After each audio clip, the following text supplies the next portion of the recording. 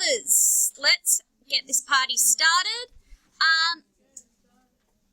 So this is our topic for today. Hitchcock condemns society's disconnectedness to one another. How is this portrayed in Rear Window? Can I just say, as a side note, please underline Rear Window. It's just like the easiest, dumbest thing to miss. Like, people don't do it a lot, and it's really annoying. It doesn't go in inverted commas. Inverted commas are for like short stories or article names. If you are writing the title of a novel or the title of a film, a title of something, it gets underlined. Not both, just one. Capiche? So yeah, just one of those things that like happens all the time as a mistake, and it's kind of annoying. Okay, so let's start. So this is the topic, condemns disconnectedness.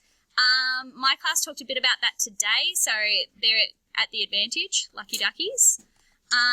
But I'm sure we've all been talking about it, so let's talk about it. Thoughts? Do you think that Hitchcock condemns society's disconnectedness?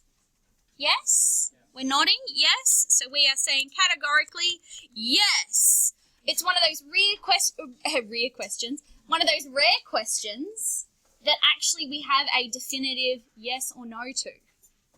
This is definitively, yes, he does condemn it. The real question is, how does he condemn it? How does he condemn this portrayal, this idea or this phenomena? I think we called it today a phenomena. So, how is it portrayed in Rear Window? Okay, well, you tell me. How is society's disconnectedness portrayed? How is it portrayed? Yes?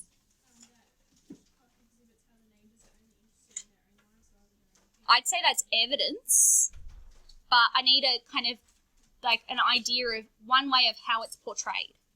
How is it portrayed? Yep. Scenes where you can tell that they're separated.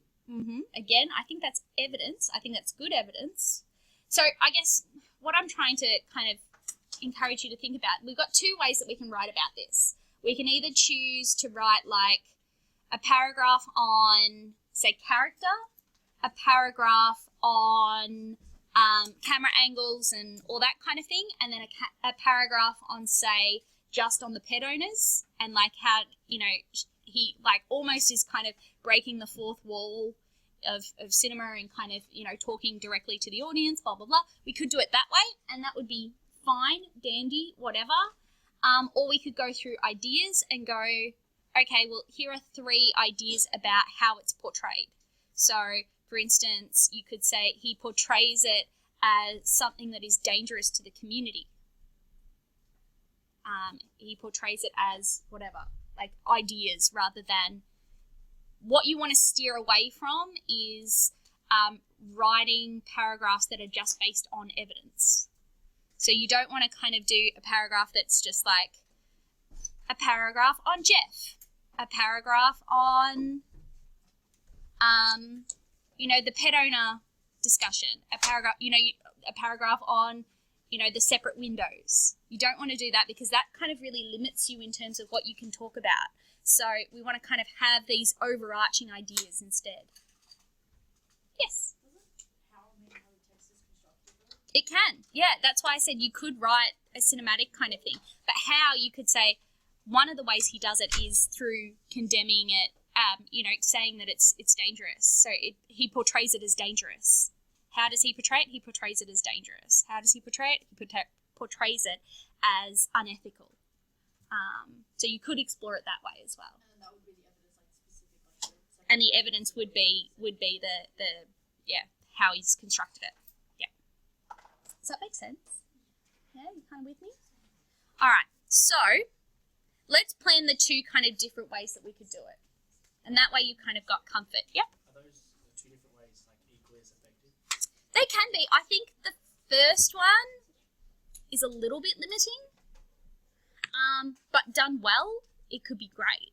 it's a little bit limiting because you're like, I'm only going to talk about camera angles and, I'm only going to talk about cinematics here, and I'm only going to talk about one thing here. Whereas I think when you talk about ideas, you give yourself a lot more breadth to talk about lots of different things.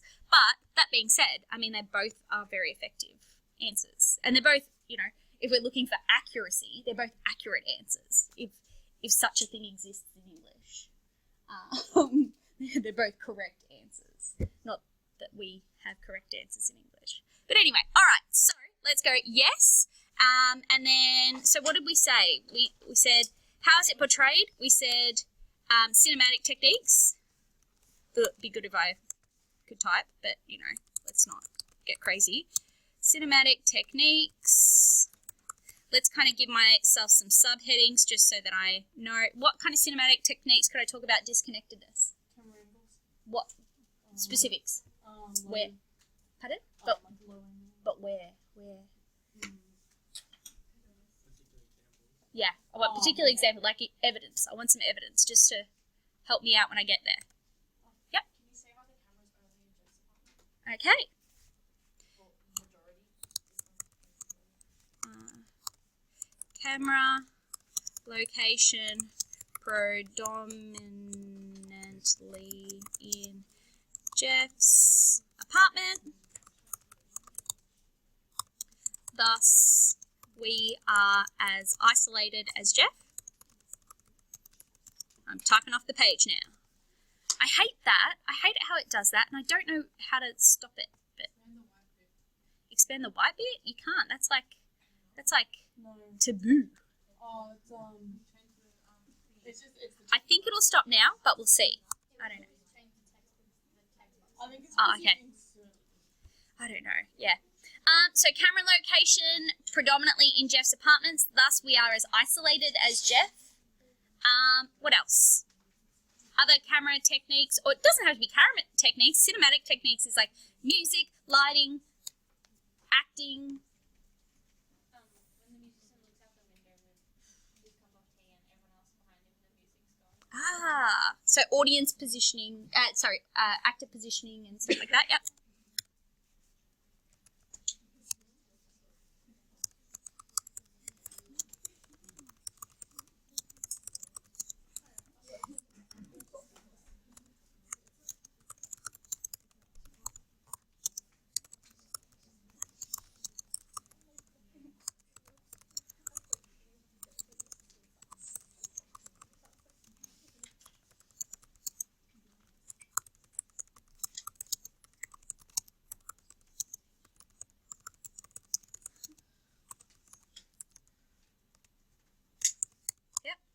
Cool.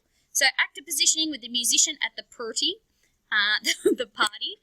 The party is behind him, behind glass, while he chooses to drink tea alone on the balcony. I cannot confirm that it is tea, but it is in a teacup. So thus I am assuming it is tea. Although being Americans, it's probably coffee. But regardless, let's not get into that. Abdul. We're doing cinematics. Got to stick with cinematics. So if you can think about how we can communicate with the cinematics, yes. Think about it. Tick it away. Yep. You have two. Okay. The general framing of the windows, cutting off characters. Else we can't. Windows as separate boxes. People in boxes.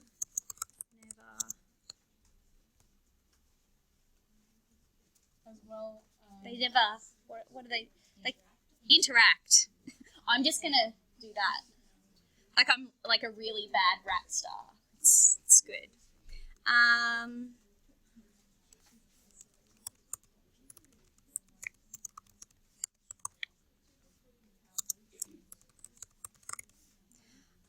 Interact.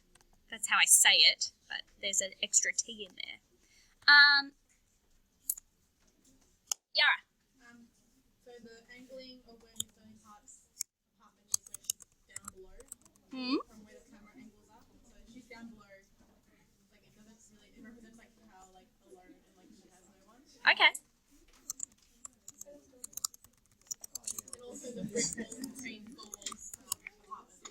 Well, that's that separate box thing, yeah. That's what I was getting at. Angling of Miss Lonely Heart shots. High angle.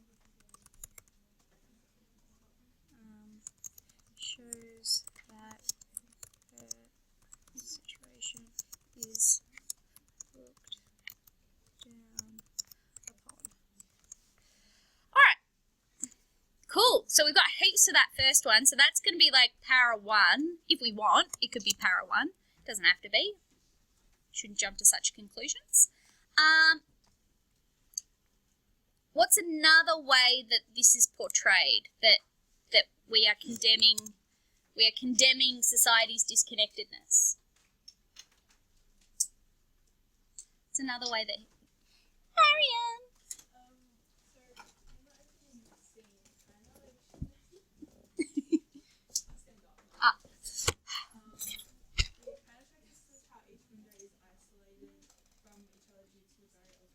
But we're using that in cinematics. Yeah. Yeah. So the framing of windows as separate boxes. But yeah, we're going to use that as cinematics. But it's a good point still. I like it. But I need another kind of like overarching thing. So I've got one for cinematics. What else?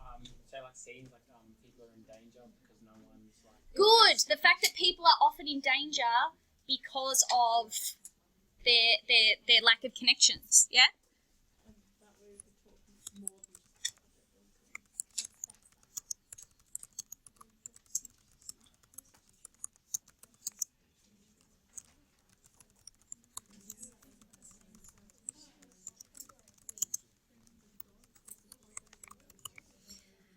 So, love that. Love it. I wish I could expand this. I've kind of... I really... No. I hate typing in Word documents. I know. No, I'm going to make this smaller, and then I can, like...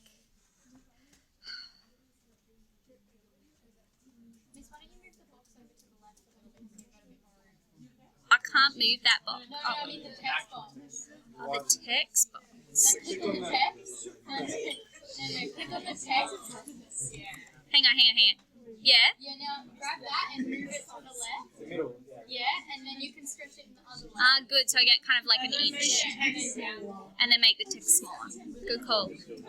See? This is great. All right. Is that too small for you guys? Oh, no, it's not too bad up there. All right. I do. I still want it to be pretty. Okay. So characters often find themselves in dangerous situations. Dangerous situations due to isolation. So, who has that? The anchor. Oh, sorry. Yeah. Sorry, Natalie. We have Miss Lonely Heart when she's like being date raped, essentially. Yeah. Essentially. Yeah. Miss Lonely Heart with the admirer. What are we going to call him? Yeah, with his date, with her date. He attacks her, and there is no one to assist her. Yeah, there's no one to assist her. Yeah, even the fact that like when we're watching it, we do. We feel very uncomfortable. And we're watching it and we're kind of like, this is bad. But yet Jeff or Lisa don't like go, call the police or like send help or like rush down and try and help her. They just are like, ooh, right? Like they don't do anything. Which is kind of weird. Hollywood. Right. Girls, come on. Another time where we see someone in a dangerous situation, yeah? Yeah, actually, interestingly, Oh, no, they send the police, don't they? Yeah, okay, don't worry. I was just thinking about something and then I was wrong, so that's fine. So Lisa, when she is in the apartment and... Well, I mean, like, nobody in the other... When she screams, nobody comes and sees what's going on, do they? Like, no one else in the apartments, like Miss Lonely Heart doesn't rush up to go see what happened. But she would have heard the scream. She would have heard the scream, and same with the pet owners. They don't rush down.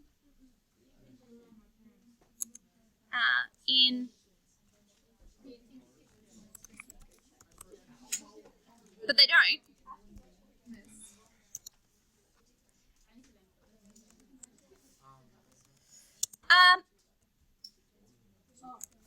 Guys, come on.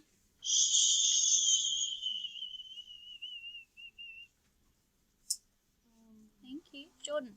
Jeff, when everyone else is gone and Thor comes on. Good.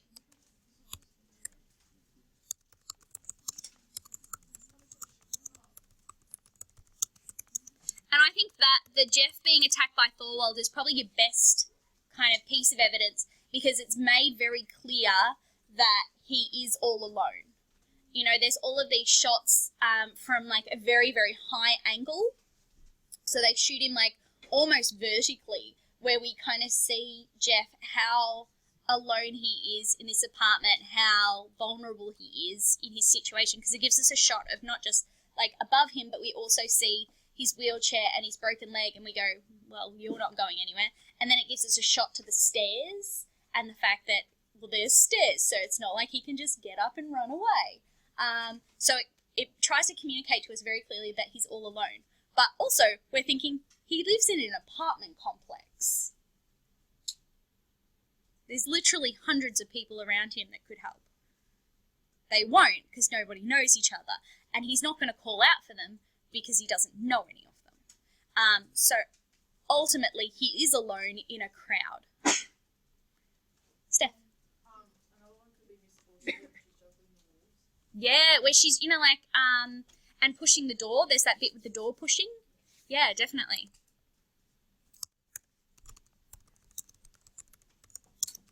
That she doesn't feel that she can call on anyone for help. Yeah.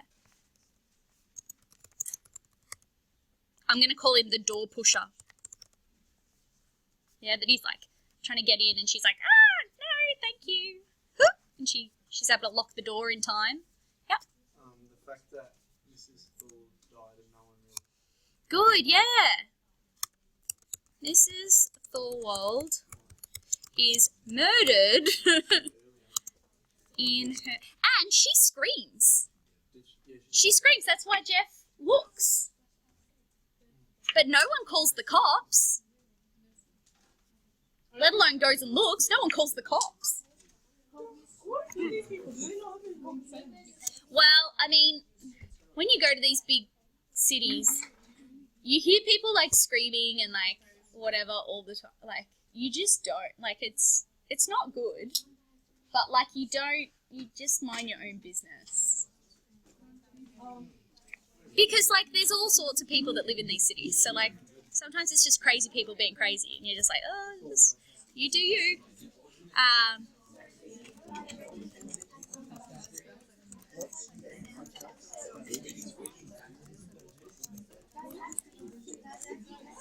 Alright. Guys, thank you. Alright, I feel like we got enough for this one. Let's do number 3. Let's do our third paragraph. So our second paragraph was characters often find themselves in dangerous situations due to their isolation. And last but not least, third paragraph.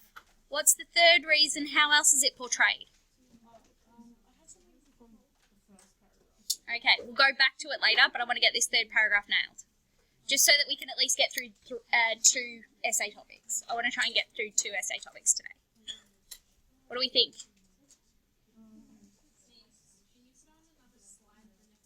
Yes. Whoa, okay, now I've got heaps. I know, but it's so much prettier. You can go file and make another one. Makes me sad. It's just duplicate Duplicate slide. Okay. All right. Calm down. I tell ya. No, duplicate. Okay. Everyone relax. It's gonna be okay. Yeah, no, just get rid of the text and you can write on your pretty one. All right. Oh, okay. Number 3. Third argument. What are we going? What's another reason that we know that Hitchcock condemns this disconnectedness?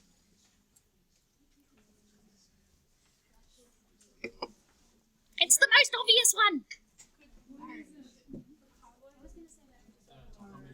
Nobody cares whether we live or die. Oh, the dog. I thought the character one. Oh, no, that's dangerous situation.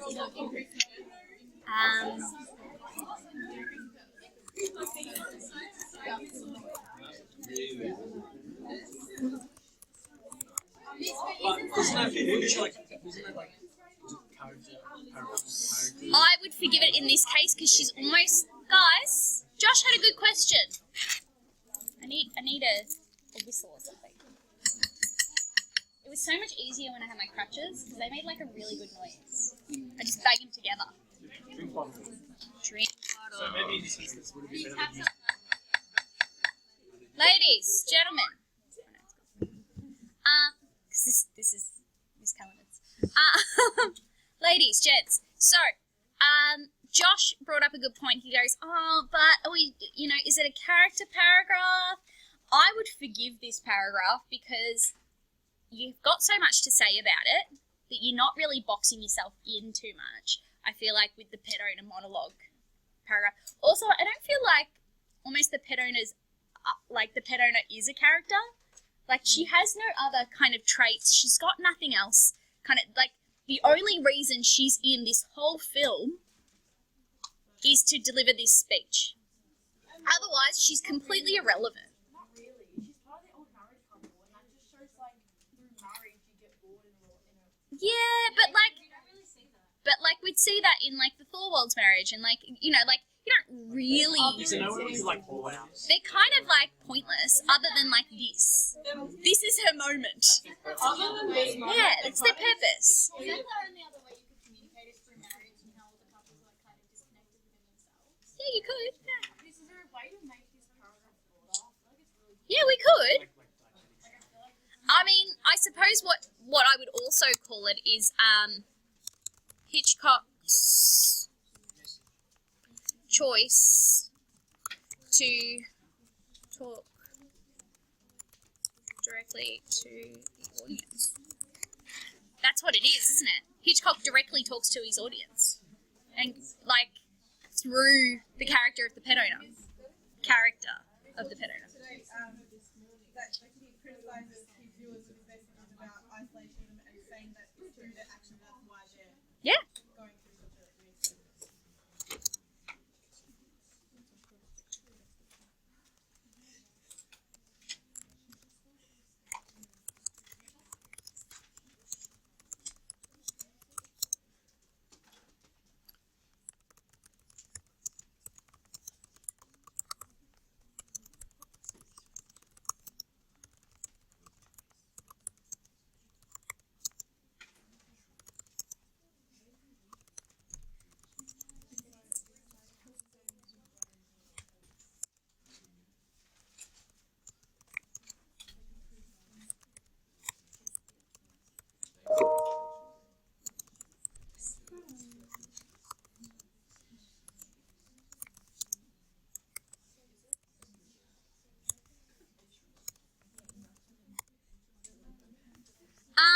Oop.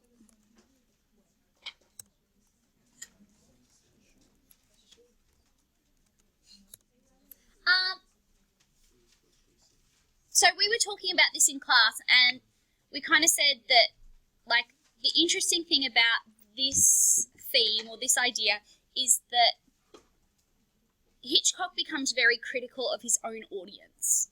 That he criticizes his own audience through the pet owner to say, like, this is your fault. No one cares about each other. No one likes each other. You know, you wouldn't know if he lives or dies. You know, he's actually criticizing his own audience and saying, this is your fault that society is the way it is, that we are so disconnected from one another because you don't try and get to know anyone. And so that's a really interesting thing to do because you very rarely have, you know, like you would put an audience off, wouldn't you? If you say that you're a bit crap, you're doing something bad, you know, but he does it in such a way that we do feel guilty. When we listen to it, we're meant to feel guilty and go, yeah, maybe I don't connect enough with my neighbours. Maybe I don't make enough effort. And yet we don't kind of get turned off by it. We just kind of absorb it as a message to us that we should care about our neighbours. So I think I would probably want to do a paragraph on that and discuss that idea of that he uses the pet owners as a vehicle to directly communicate to his audience. You know, and you could talk about all sorts of things. So you could talk about the positioning and how she's held up on this pedestal. She's on that top floor and we look up at her. Everybody looks up at her. Like if you look at all the, when we get the shots of the faces, all of the faces like Miss Torsos and Miss Lonely Heart, they're all looking up at her, listening. Like she's kind of, you know, speaking from on high. You know? Yeah, but that's okay. Yeah, that's okay. Yeah. If I haven't talked about that cinematic before, then I can talk about it now, yeah. It would only be if I talked about it earlier, then I probably wouldn't want to bring it up again. Yeah? Could you like link that back to a complete the sentence and say that it like emphasizes that like when they all go back in, like it's a very brief moment, they all meet up and they all go back in, so like emphasizes that. It does. The fact that, you know, there's that guy that goes, oh, let's go back inside, it was only a little dog. It emphasizes the fact that, like, this is exactly what he's talking about. Nobody really gives a crap. You don't care. And nobody goes and checks if the pet owner is okay. They put the body in the basket and they wheel it up and that's it. No one says anything else about it. It's like, oh yeah, whatever, your dog was murdered. Cool story. It was just a dog. Just a dog? Frankly, I care more about that dog than I care about Mrs. Thorwald. Yes, Steph. When you say that it kind of relates, when you're saying he's talking to his audience, it kind of relates to communism in a way? Yeah, well, and we were talking about this.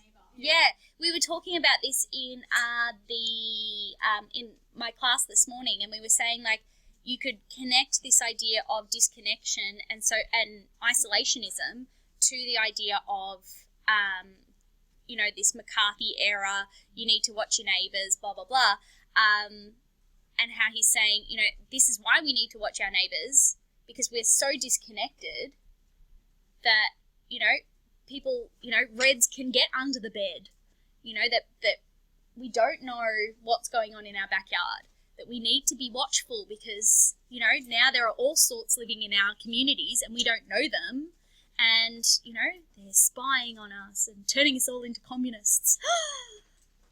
Oh no. Yes? Somewhere in the essay, right? Yeah. You talk about Tom Doyle and like how disconnected he is to his wife to the point where he was looking at Miss Torso. Well, let's look at the question. You could, definitely. So, my interpretation of the question has been to talk about disconnectedness as in society at large, but you might choose to do another paragraph talking about people are disconnected from one another. You got to look in for a change. Doyle is disconnected to his wife, that's why he's perving on Miss Torso. You could talk about Jeff being disconnected from Lisa, not even realising that he's hurting her feelings. Thorwald cheating on his wife. The newlyweds with the big secret and she didn't even realise. You know, you could definitely go and look at more, like, when it says society, you could look at it as in, like, small. You wouldn't necessarily have to go big. Let's do a paragraph on that too. Yeah, I think, 3 paragraphs, I think you'd be good. But if we've got the idea, let's plant it. also disconnection on a personal level. What did you just say? Their inability to maintain intimate relationships reflects the wider society. Have an inability. I also think with what Abby was saying about that used to but you don't have your phones monetized. Yeah, being disconnected. Yeah.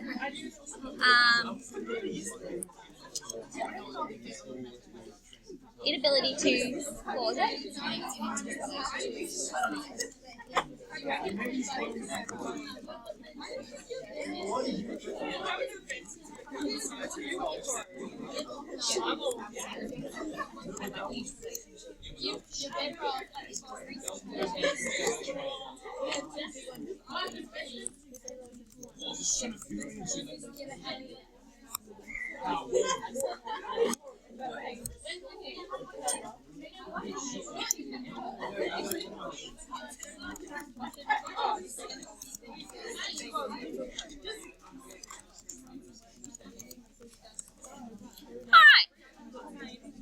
Ladies, gents, distinguished guests. So, I think this is a pretty fabulous essay. I think it's got some really interesting kind of things, even though it kind of breaks some of our rules. Like, you know, don't write a paragraph just on cinematics. I think in this case you probably could, because it's got that how does it do it. I think it would be okay to write one on just on cinematics. Whereas usually I would kind of go, try and avoid it, try and use it as evidence instead. But I think because he kind of says, how is this portrayed, or the question says, how is this portrayed, I think you've kind of got a bit of a loophole there that gives you the ability to write just on cinematics for a paragraph. And I think because the pet owner is such a kind of, like, such a deliberate construction to do something, like she's a vehicle to do something, I think it does give you permission to just talk about her in a paragraph. So it does kind of break some of the rules, but it's still a really good essay, which, you know, just tells you there is no wrong answers in English as long as you do it right. I know, aren't we infuriating? We know. We know. Yes? Can you also say Anna and last order? Yeah, of course. Yeah, because he's cheating on her, isn't he? And she's so horrible, and he kind of murders her. Like, It's only like a minor thing. Like,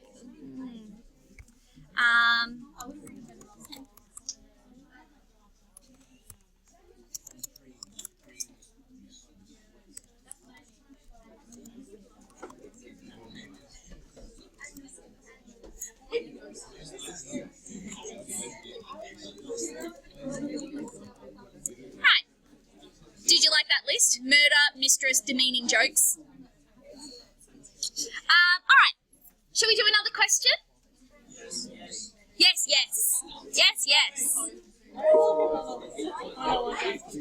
Oh, sorry. Do people still want that? All right. I want to do this one. Because I reckon this one's fun. So, I'm such a loser. This one's fun. I'm a loser.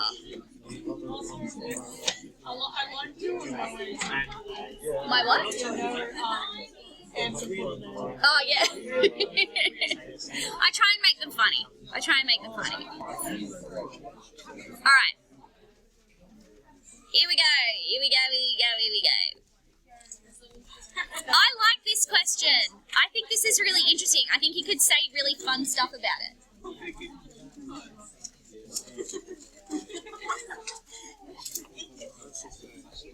Oh my god, look at my mullet. Look at my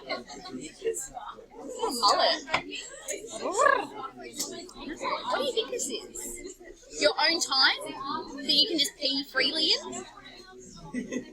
Mate, you can go home, I don't care. Do what you want. This is your own time. You literally can do whatever you want. Go for it. Alright.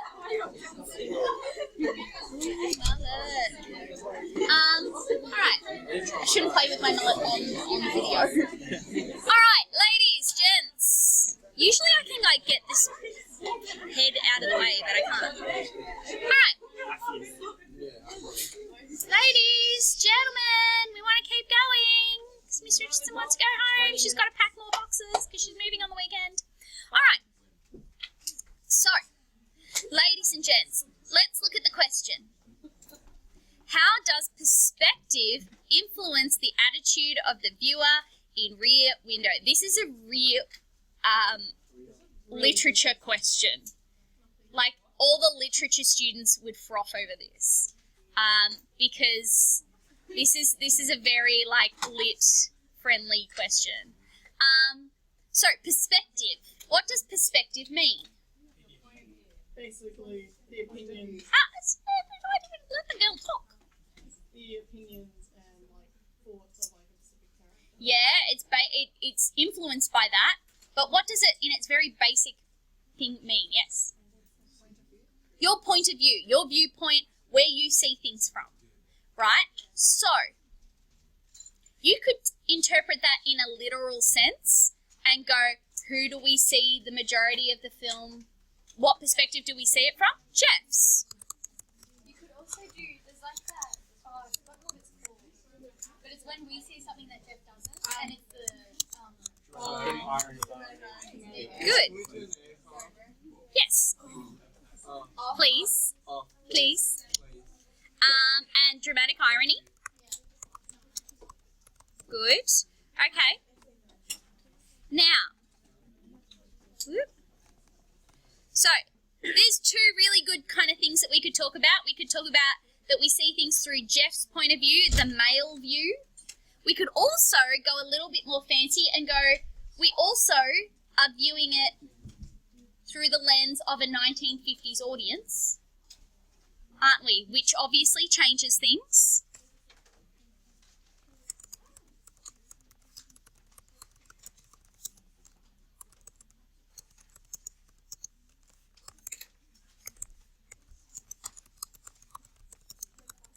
Which obviously changes things, doesn't it? Because you've got McCarthyism going on, like you've got the communist threat.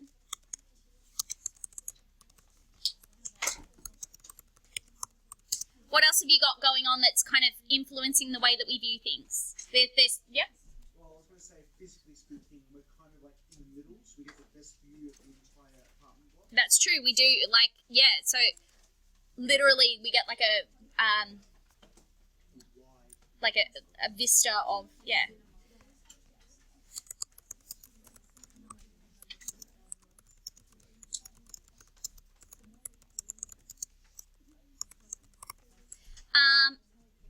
What other things? Yes? Yeah.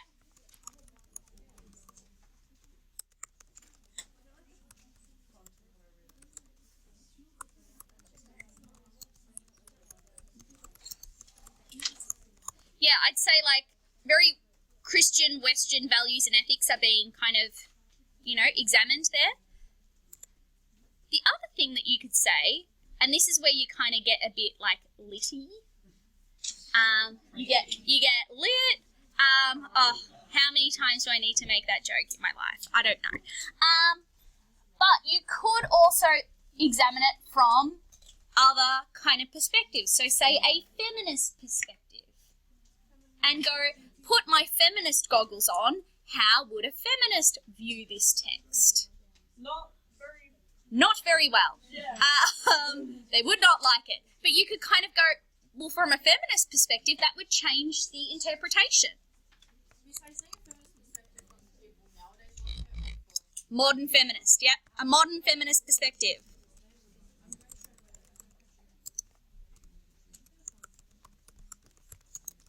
I guess the only thing that's Which would...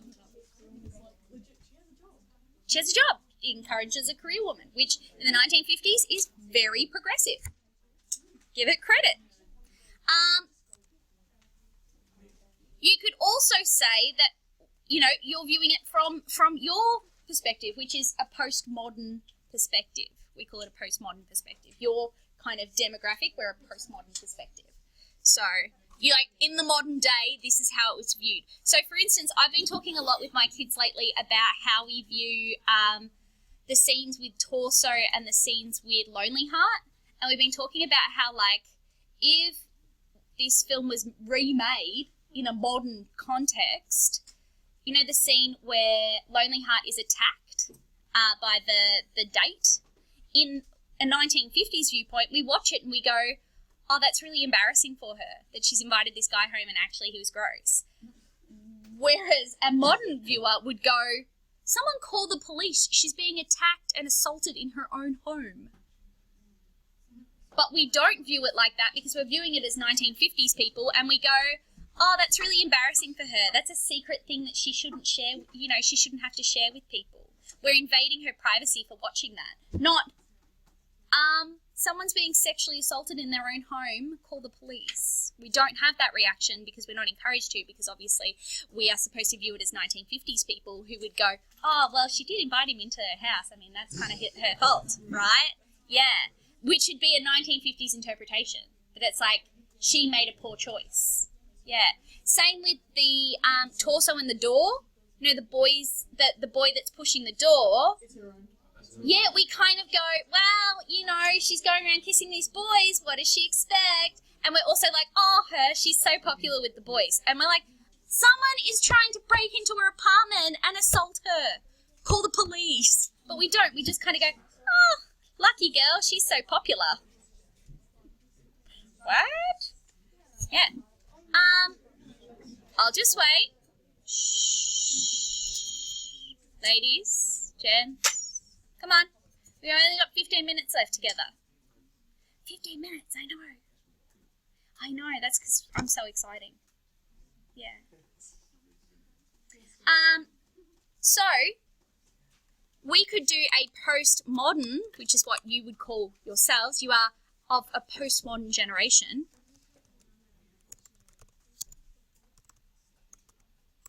So a postmodern viewpoint would view these scenes very differently. So a postmodern view would see the scenes of Lonely Heart, the Lonely Heart date scene would look very different. It would look incredibly different. And the Miss Torso door scene would also look different. And even, you know, the Miss Torso scene where she kisses the most prosperous one. Hashtag me too. Am I right? Like, so she's kind of like, it seems like these guys are like all like heavy hitters in whatever dance kind of thing that she's doing. It seems like they're all kind of like work colleagues.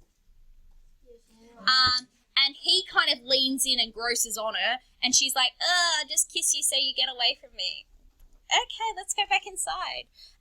So it would look very different, wouldn't it? To a postmodern audience, all of those scenes look very different because we come with our own context of understanding about men and women's relationships. And again, you know, like I said, the hashtag Me Too thing, why is that in my mind? Because the context that we live in now with like Weinstein and Epstein and I don't know, whatever, you know, that has changed the way that I interpret things that I see in the world. My context influences it. How could it not? Right? But in the 1950s, we weren't talking about that stuff back then because women weren't even supposed to be in the workplace, so that interpretation didn't exist. Yep. Can we interpret Thorwald's like marriage? We would interpret it now as he could just get a divorce. Yeah. But back then it was more complicated, more shameful. Yeah. Thorwald's choices. And also, even just the way that we interpret his whole, like, scenario with his choices, because even though he murders Mrs. Thorwald, we kind of don't blame him because we're like, oh, she was such a bitch, right? We don't even feel bad that she's dead. We don't really care because we're like, well, that's what you get when you throw someone's flower away. You get chopped up and thrown into the river. Yeah, so there's this scene right at the start where he brings her her food on the tray and she picks up a flower that's on there and throws it at him. Yeah, and we're like, no wonder you got murdered. That's murderable. No, it's not. I'm joking. Like when he's talking to Jeff, he's like, "What do you want from me?" So, yeah, but yet we don't feel bad for Mrs. Thorwald at all. She's just dead. She's just dead, and we're like, oh, well, let's find out if she's murdered. We don't care. It's so bad. Ladies, gents. So the question asks, how does perspective influence the attitude of the viewer in Rear Window? So we've said the postmodern viewpoint, it influences our attitude on the date scene, the door scene, the Thorwald's choices, that, you know, we feel that women in these scenes are kind of taken advantage of and exploited by kind of males in these instances. Let's talk about Jeff's male view. How does giving us that view, how does that change the way that we interpret things? Yep. By making him the kind of person that we see things from. How does that change our... Well, obviously, things that he witnesses, things that he witnesses, things that he will know, while, like... They're the only things that we get to really view, the things he thinks are important, aren't they? Because he's the protagonist. And almost a narrator. And, like, his, like, story is influenced by that. Like, for example, he didn't know that Thorwald was out with this woman, like, in the middle of the night because he was asleep. Yeah, good. So Jeff dictates what the audience see as important as he acts almost as a narrator. Doesn't he? He kind of is the one that's guiding the story, so he kind of gets to choose. What about the dramatic irony stuff? How does that perspective influence our attitude? How does it change our attitude? Yep. I think we challenge Jeff's mentality and like how that's how I view it. Well, think when about I was watching the first time. Yeah. I challenged if Jeff's story was even legitimate or if he was just going to be crazy. But the dramatic irony stuff actually confirms it. Yeah, so it kind of plays us like a piano at the same time. Yeah. Encourages us to question Jeff, but I think it actually cements our... yeah, but then it confirms that he's on the right track. Yeah. I mean, it makes us think, oh, because before that there's that doubt where it's like, what's going to happen? Do we also get that doubt when he's with the woman as well? We don't actually know if that's Mrs. Thorwald or not. It's true. Well, no, we do, because she's dark, and that doesn't make sense because Mrs. Thorwald is blonde. Yeah. Guys, come on. We've only got a couple of minutes left. We got to nail this. All right. The literal view through the apartment window. How does that perspective influence our attitude? You could talk about something starting with V. Good. Yes. So the literal view, it encourages us to be comfortable with voyeurism.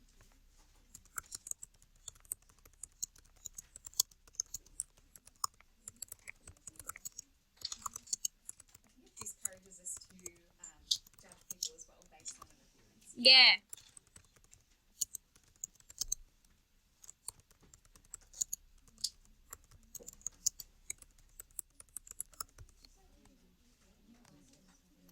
Sorry, I'm just going to float myself around. Put me up there. Through the lens... Oh, sorry, Courtney. Say, like, the opinions of other characters are sort of used to sort of... But is that perspective? Do we get their perspective? I guess kind of, yeah. More like the thought.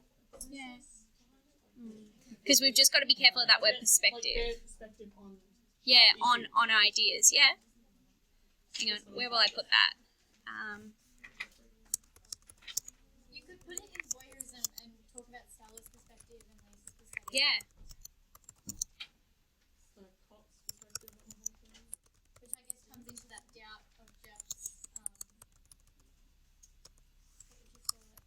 I would say, yeah, I would say Stella and Tom are probably your best ones for that.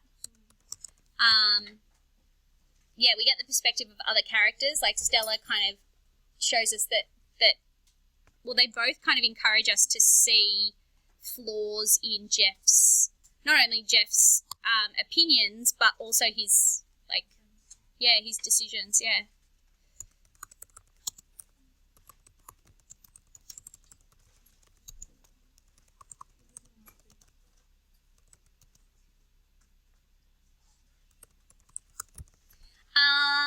And viewed through the lens of a 1950s audience, the communist threat, the Western values, the ethics, that's the stuff that I would talk about and kind of go, you know, that we're supposed to interpret the murder.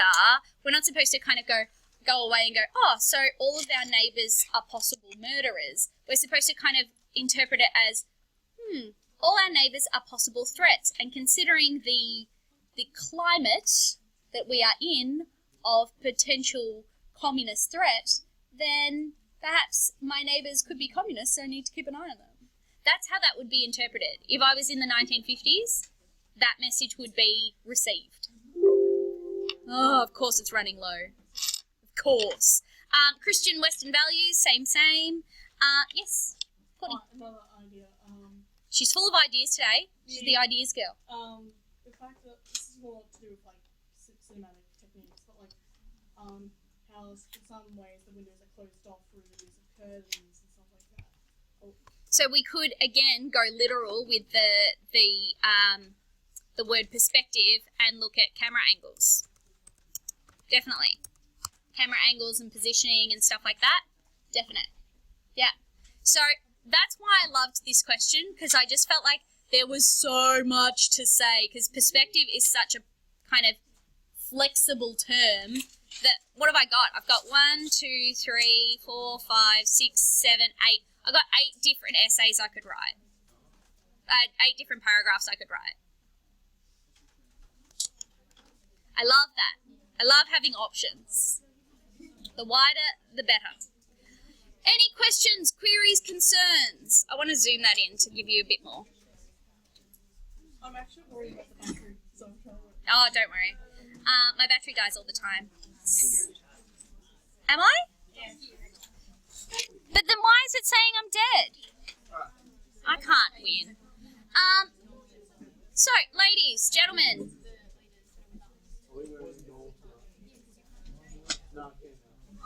Ladies, gentlemen, distinguished guests. So I would really have a go at writing either one of those. If you are feeling kind of pressed for time in the lead up to the SAC, guys, if you're feeling pressed for time in lead up to the SAC, I can totally relate. So bad. I would really recommend that you make sure you've at least planned all of the practice questions, so you know what you would say for every single practice question. And I would write as many intros and first paragraphs as I had time to do.